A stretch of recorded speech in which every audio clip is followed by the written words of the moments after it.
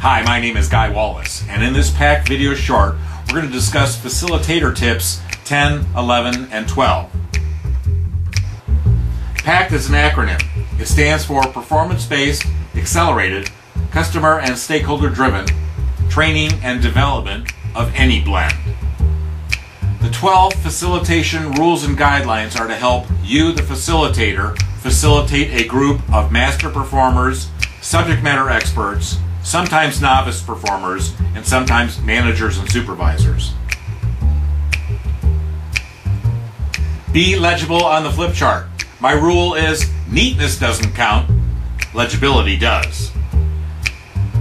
Even if you are going to be word processing what gets produced onto flip chart pages, there are times when I've had facilitators who couldn't even read their own writing, couldn't remember what they had intended the words to say or the scribbles to mean. So be careful. Take the time necessary to get it legible. When you're working with a group and they're giving you rapid fire responses to your questions, there are times when you're going to have to ask them to slow down so that you can capture this legibly enough. It doesn't have to be neat. In fact, most flip chart pages coming out of these kinds of processes are anything but neat, but they must be legible. Beware of groupthink.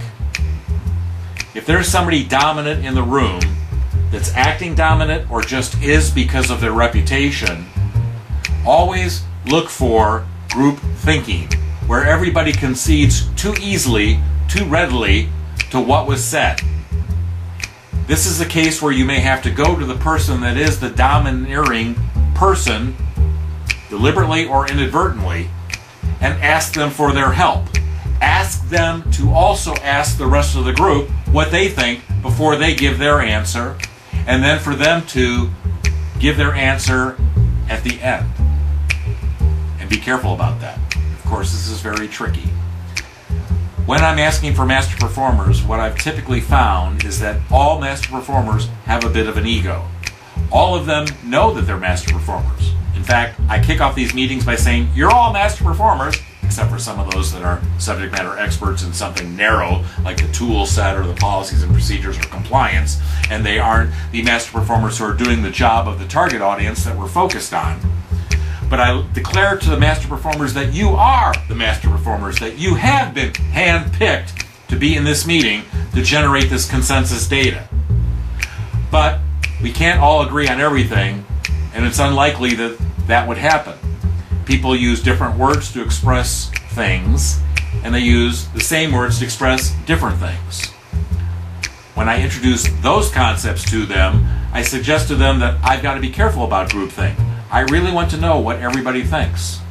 If I ask a question and get a response, I'll do my face poll to see if everybody concedes to that. If they're all nodding their head yes, then I begin to worry. And so I will ask an individual, tell me more about this. Confirm this verbally for me. Embellish what I've captured here. Tell me a bit more. And then go to another person to do that.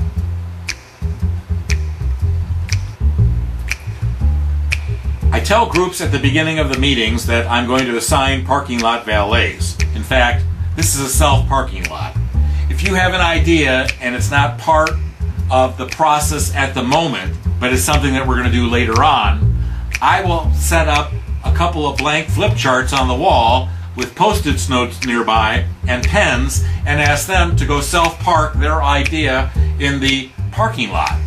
Now I have one of the flip chart pages that's the open parking lot, issues and concepts and ideas and concerns that the members of the team have, and I'll post those on one. Once we've addressed them and closed them out, I'll move them to the closed parking lot. So I've introduced these two parking lots to them so that they understand that. If it's untimely, I'm not going to go on a tangent and answer something prematurely. We're going to get to that later. So when we do get to it later, it behooves me to make sure that I go over to the open parking lot, grab the post-it note that's relevant, and then physically move it to where the closed parking lot is.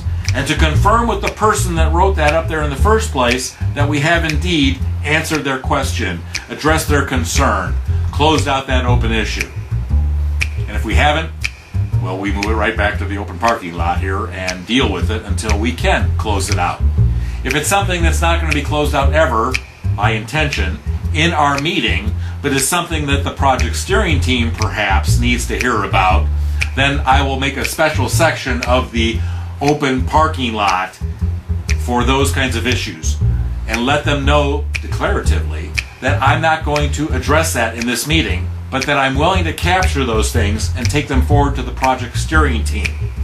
I might even suggest that they'll want to contact the person that volunteered them about this issue, so that when I introduce it to the project steering team, there'll be at least one project steering team member who has also heard about this issue, this concern, whatever it might be. The 12 rules and guidelines are intended to help a facilitator facilitate a group of master performers, subject matter experts, and sometimes novice performers and supervisors and managers of the target audience. Beware of GIGO, garbage in, garbage out. Always strive for good stuff in and good stuff out.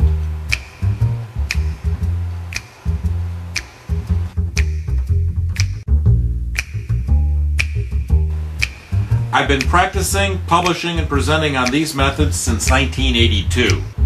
My recent book, 6-Pack, covers all of this in great detail.